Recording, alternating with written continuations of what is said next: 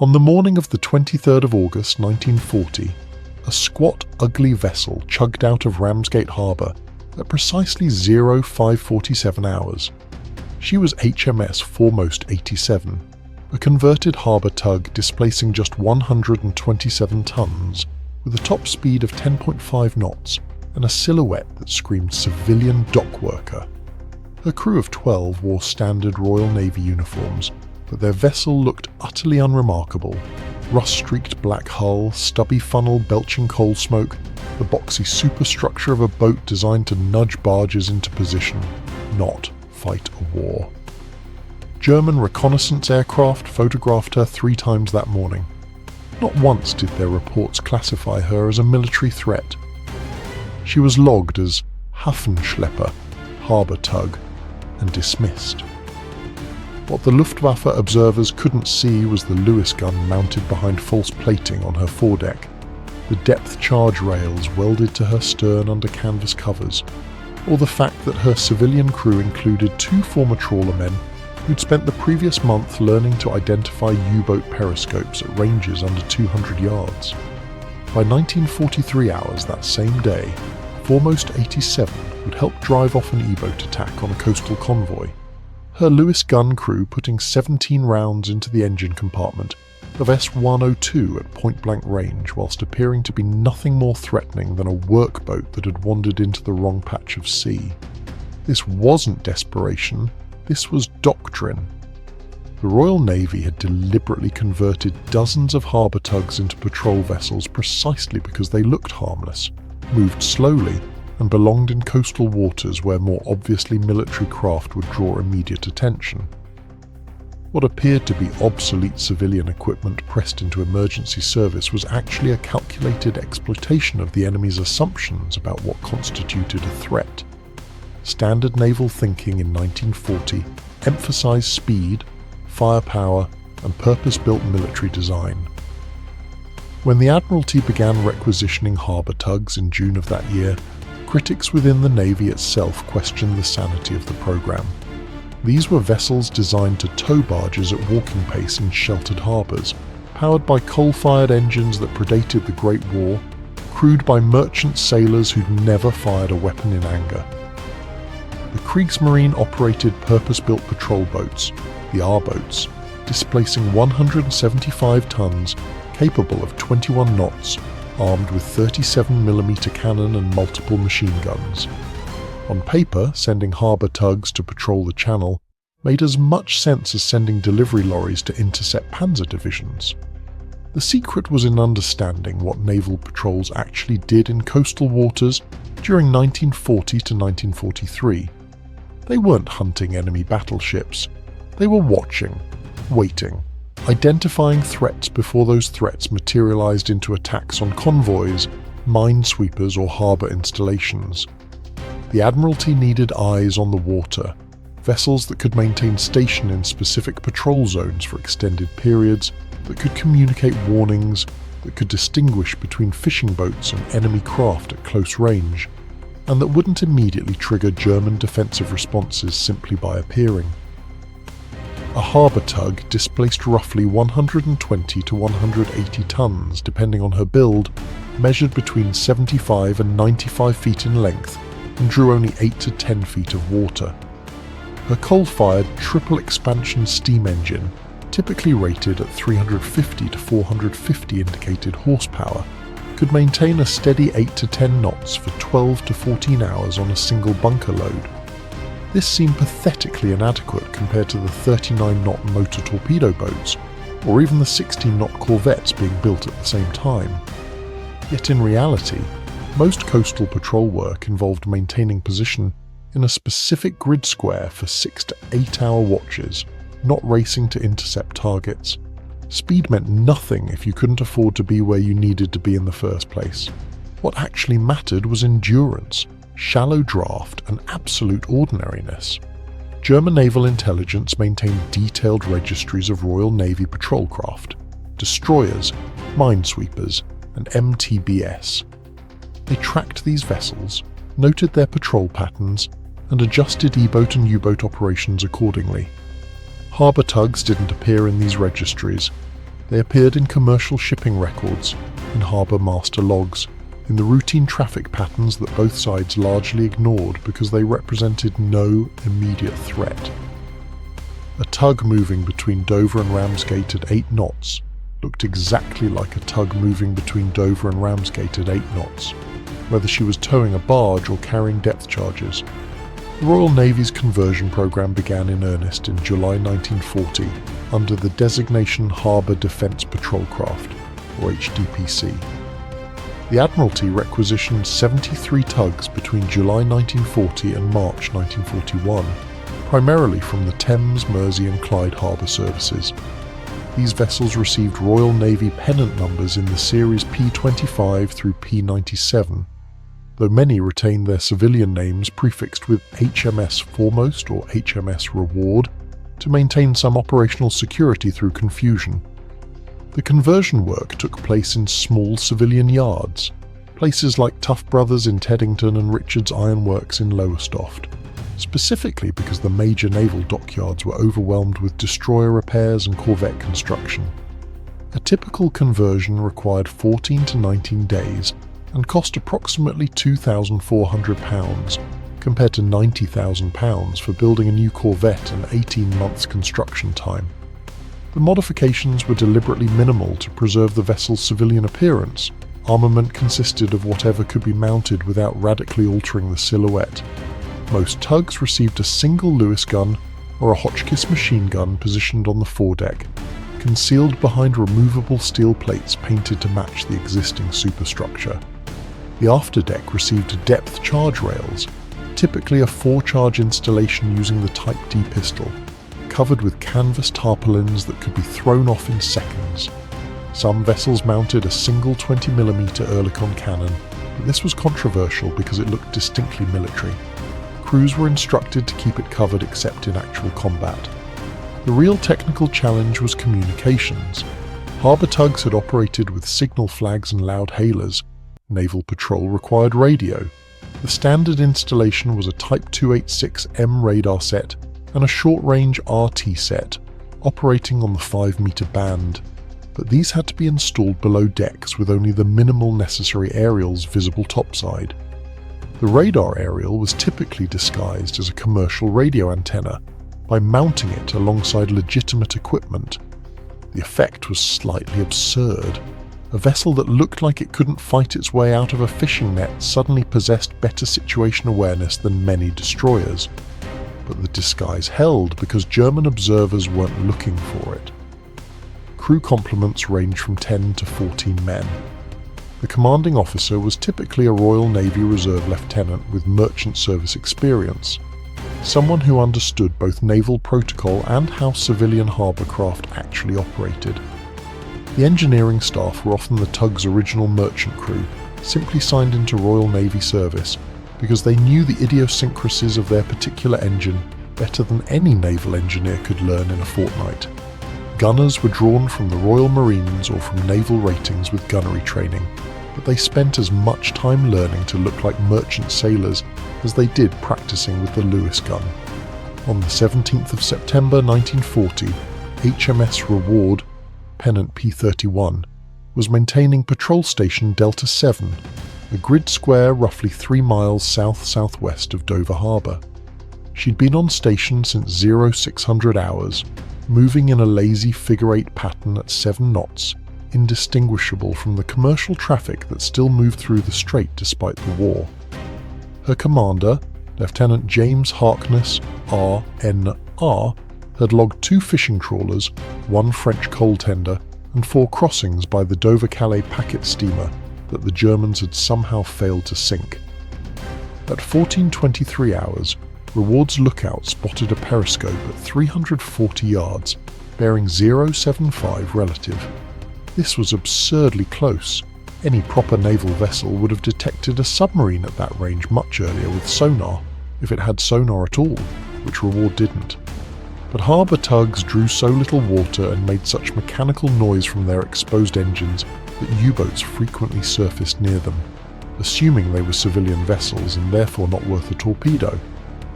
German submarine doctrine in 1940 emphasised conserving torpedoes for valuable targets.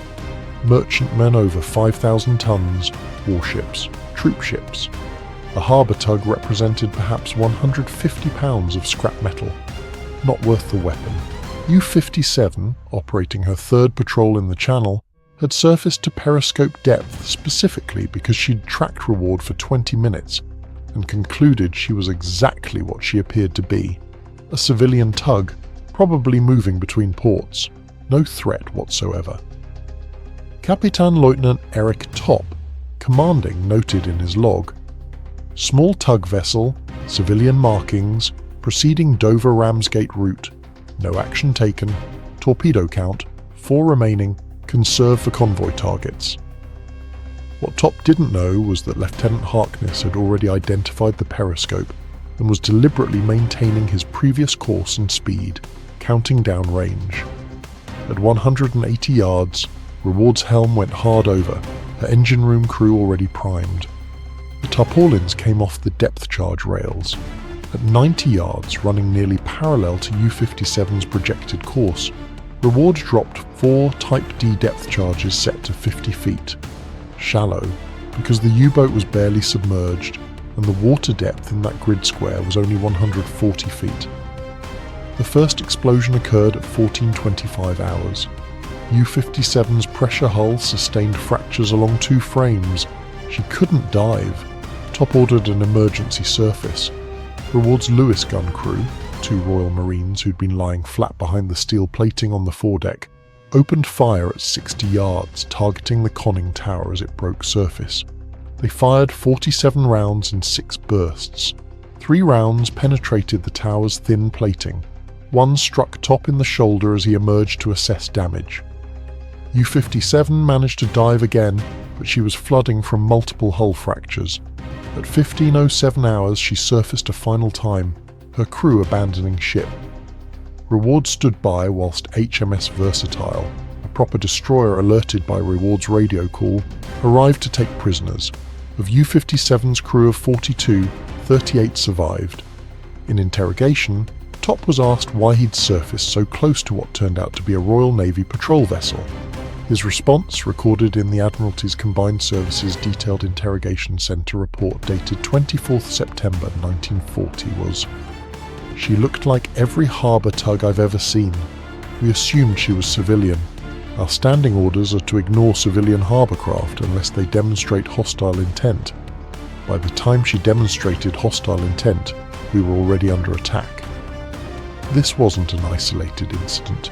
Between September 1940 and December 1941, converted harbour tugs were involved in 18 confirmed engagements with German naval forces, 7 with U-boats, 11 with E-boats or R-boats.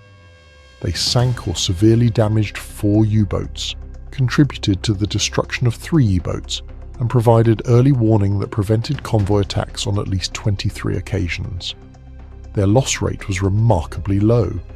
3 vessels sunk, 1 by mine, 1 by air attack, 1 by E-boat torpedo in an engagement where the tug's disguise had failed because she'd already engaged and revealed her armament. The German Kriegsmarine trained its personnel using recognition manuals, detailed books containing silhouettes, specifications, and identifying features of enemy warships. The 1940 edition of the Erkennungsdienst Recognition Service manual contained 147 pages covering British destroyers, cruisers, battleships, aircraft carriers, submarines, corvettes, minesweepers, and motor torpedo boats. It contained exactly 0 pages on harbour tugs converted to patrol craft, because from the German intelligence perspective, this conversion didn't exist. Naval warfare in 1940 operated on the principle of signature recognition. A vessel's silhouette, speed, and behaviour identified its threat level. Fast vessels with military profiles were threats. Slow vessels with civilian profiles were not threats unless they did something obviously hostile. The converted tugs exploited this categorization system mercilessly. They maintained civilian speeds, civilian courses, and civilian routines right up until the moment they needed to act. German observers, trained to identify threats based on appearance and behaviour, consistently miscategorized them. The Kriegsmarine's standing operational orders for U-boat commanders in coastal waters, updated August 1940, specifically instructed conserve torpedoes for military vessels and merchant tonnage exceeding 2,000 GRT. Harbour craft, tugs, fishing vessels, and small coastal traffic are not priority targets unless directly supporting military operations. This doctrine made perfect sense from a resource management perspective. Why waste a torpedo on a tug? But it created a massive vulnerability. The Germans had essentially declared that an entire category of vessel was beneath notice, and the Royal Navy had weaponised that dismissal. Luftwaffe. Reconnaissance crews operated under similar assumptions. A pilot photographing Dover Harbour in September 1940 would note destroyers, minesweepers, MTBS, anything that looked military. Harbour tugs appeared in the photographs, but they appeared in the section labelled harbour traffic or civilian vessels, not in the tactical intelligence summaries. German photo interpreters looked for what they expected to find: warships in warship configurations. A tug was a tug, even if she was carrying depth charges under a tarpaulin. Critics of the HDPC program argued that vessels capable of only 8 to 10 knots couldn't pursue enemy craft and would be sitting ducks for faster E-boats. They were right about the first point and utterly wrong about the second. The tugs weren't meant to pursue.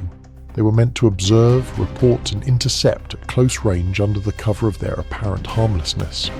Standard patrol doctrine for the converted tugs involved maintaining station in predetermined grid squares for 6 to 8 hour watches. These grid squares were positioned along known convoy routes, near harbour approaches, and in areas where U-boats were likely to surface for battery charging or periscope observation.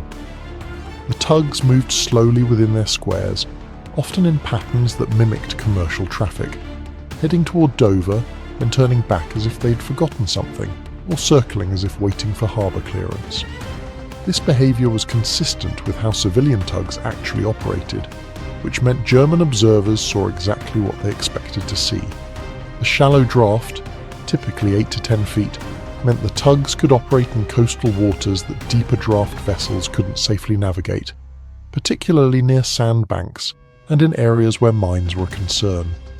German E-boats used these shallow areas as safe zones, assuming Royal Navy patrol craft couldn't follow. The tugs followed. On 4th November 1940, HMS Foremost 101 pursued S-27 into water charted at 18 feet deep near the Goodwin Sands. S-27's commander assumed he was safe. Corvettes and destroyers drew too much water to follow. Foremost 101 drew 9 feet and closed at 200 yards before opening fire with her Oerlikon. S-27 took 12 rounds in her engine compartment and limped back to Ostend with 3 crew wounded and her port engine destroyed. The real advantage of slowness was endurance.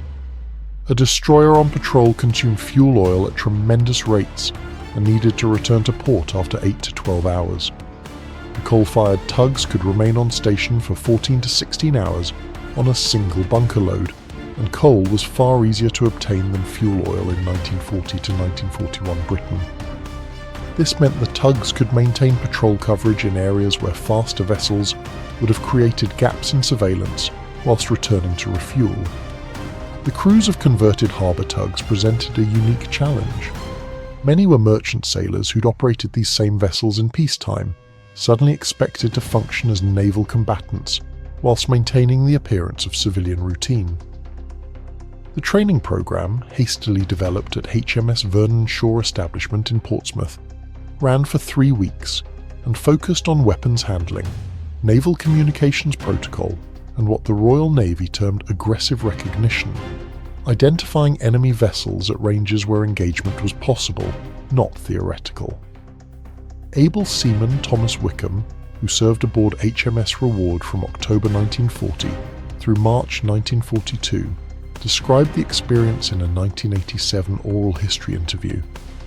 "They told us, look lads, you're going to steam about looking like the civilian tug you used to work on, and if a Jerry submarine surfaces near you because he thinks you're harmless, you're going to steam right at him and roll depth charges off the back. We thought they'd gone mad, but they showed us how close the U-boats would come if they thought you weren't a threat, and we realised they were serious. Trick was looking bored, looking like you were just another day moving barges, not hunting submarines. This psychological dimension, the deliberate cultivation of apparent disinterest, became central to the Tugs' effectiveness. Crews were instructed to maintain normal deck routines even when tracking potential targets. Men would be stationed on deck ostensibly checking ropes or adjusting fenders, whilst actually manning concealed weapons or observing enemy vessels. The Lewis gun crews practiced lying flat on the foredeck for extended periods, invisible behind the steel plate housings, ready to spring up when the tarpaulins came off. The gunnery training emphasised close-range engagement. Standard Royal Navy gunnery practice taught engagement at maximum effective range, 1,000 yards for machine guns, 2,000 yards for light cannon. The tug crews were taught to hold fire until 200 yards or less, because their primary advantage was surprise. At 200 yards, a competent Lewis gun crew could put a full magazine into a target before that target could react. At 1,000 yards, the target would have time to manoeuvre, return fire and potentially escape. Depth charge deployment required particular skill. The Type D depth charge weighed 290 pounds and used a hydrostatic pistol that detonated at a preset depth. Standard doctrine called for dropping charges in patterns ahead of a submerged submarine's projected course. The tugs couldn't do this. They were too slow to get ahead of a submarine reliably. Instead, they practiced rolling attacks, maintaining a parallel course to the submarine, rolling charges off the stern rails to create a line of explosions along the U-boat's track. This required precise range estimation and timing, because the tug's slow speed meant she'd be quite close to her own depth charge explosions. HMS Foremost 87 sustained minor hull damage in a November 1940 engagement when her stern plating buckled from a charge detonated too close, but she also damaged U-33 severely enough that the submarine had to abort her patrol. German naval intelligence first noted the converted harbour tugs in January 1941, when interrogation of HMS Reward survivors from U-57 revealed that the civilian tug that had attacked them was in fact a commissioned Royal Navy vessel. The initial response was scepticism. Korvettenkapitän Hermann Goetz, serving in naval intelligence staff, wrote in a February 1941 assessment, "Claims by prisoners that harbour tugs are being employed as armed patrol vessels appear exaggerated. More likely these are civilian vessels with improvised weapons manned by merchant crews, not organised military units. Threat level, minimal." This assessment was catastrophically wrong, but it persisted through most of 1941 because the tug's appearances continued to deceive observers. The Kriegsmarine updated its standing orders in April 1941 to note that some harbour service vessels may be armed, but this was treated as a footnote, not a serious tactical threat. U-boat commanders were told to remain alert but not to alter their operational procedures significantly. The first substantial German recognition of the program came after the engagement on the 12th of July 1941, when HMS Foremost 101 and HMS Reward together attacked R218 and R219, two R-boats conducting a mine-laying operation off Folkestone. The R-boats, designed as fast patrol craft with superior armament, should have annihilated two slow-moving tugs. Instead, both tugs approached from different angles, both appearing to be civilian harbour craft on routine business, and both opened fire simultaneously at ranges under 150 yards. R218 took 17 rounds from Foremost 101's Oerlikon and 23 rounds from Reward's Lewis gun. R219 sustained damage to her steering gear. Both German vessels retreated at high speed, trailing smoke. In the after-action report, Lieutenant zur See Klaus Hermann, commanding R218, wrote, "We observed two harbour tugs approaching from different quadrants. We assessed them as civilian traffic and took no defensive action. Both vessels opened fire without warning at extremely close range. We were forced to disengage due to engine damage and casualties. recommend updating recognition protocols to treat all harbour tugs in channel waters as potentially hostile. Even this clear warning didn't fully penetrate German tactical doctrine. The Kriegsmarine was stretched thin in 1941, fighting in the Atlantic, Mediterranean and Baltic. The idea that harbour tugs, the most mundane of vessels, required serious tactical attention seemed absurd when weighed against genuine threats like the Home Fleet or Atlantic convoy escorts. The tugs remained, in German estimation, a minor irritant, not a strategic concern. This was exactly what the Admiralty had counted on.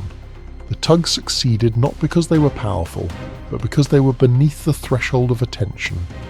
They represented the weaponisation of insignificance, vessels so apparently harmless that the enemy consistently underestimated them until it was too late. What made the harbour tug programme work wasn't any single technical feature or tactical innovation. It was the deliberate exploitation of the enemy's classification systems.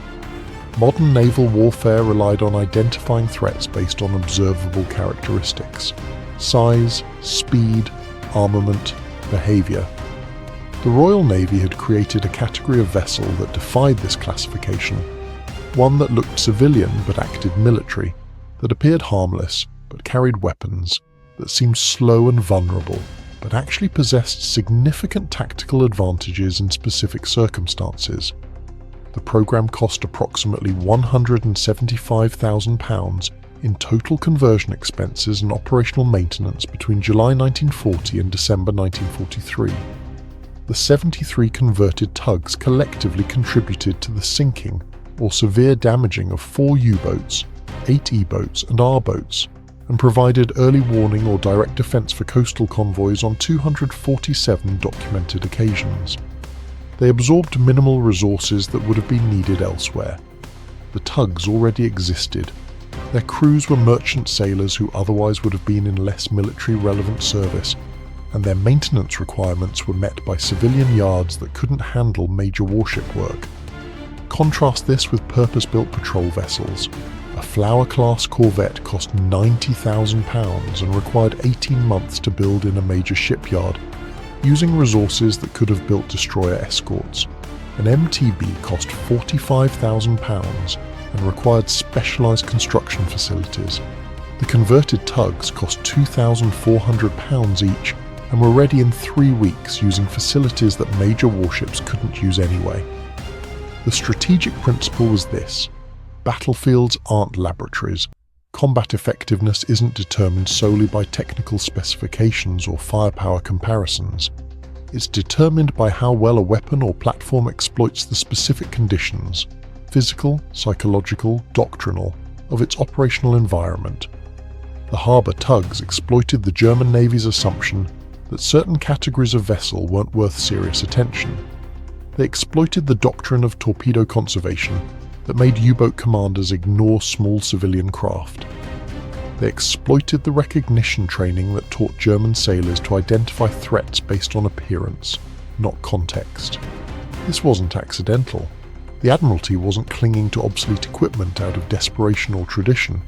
They understood that in the specific tactical environment of coastal patrol in 1940 to 1943, a vessel that appeared harmless possessed more operational value than a vessel that appeared threatening, because the harmless vessel could get close enough to engage before the enemy reacted. HMS Foremost 87 remained in service until September 1944, when she was decommissioned and returned to civilian service with Thames Harbour Authority. In 4 years of Royal Navy service, she'd participated in 11 engagements, contributed to the destruction of 2 U-boats and 1 E-boat, provided early warning that prevented 6 convoy attacks, and survived without significant damage. Her crew rotated through normal Royal Navy personnel procedures, but her hull remained what it had always been: a coal-fired harbour tug displacing 127 tons, capable of 10.5 knots on a good day, utterly unremarkable to anyone who didn't know what she was actually doing. The programme as a whole wound down in late 1943 and early 1944 as the tactical situation in the Channel changed. Improved radar and air cover made the U-boat threat in coastal waters less severe. The build-up to D-Day required those coastal waters for entirely different purposes. The harbour tugs had served their purpose, not by being powerful, but by being persistently, deceptively ordinary.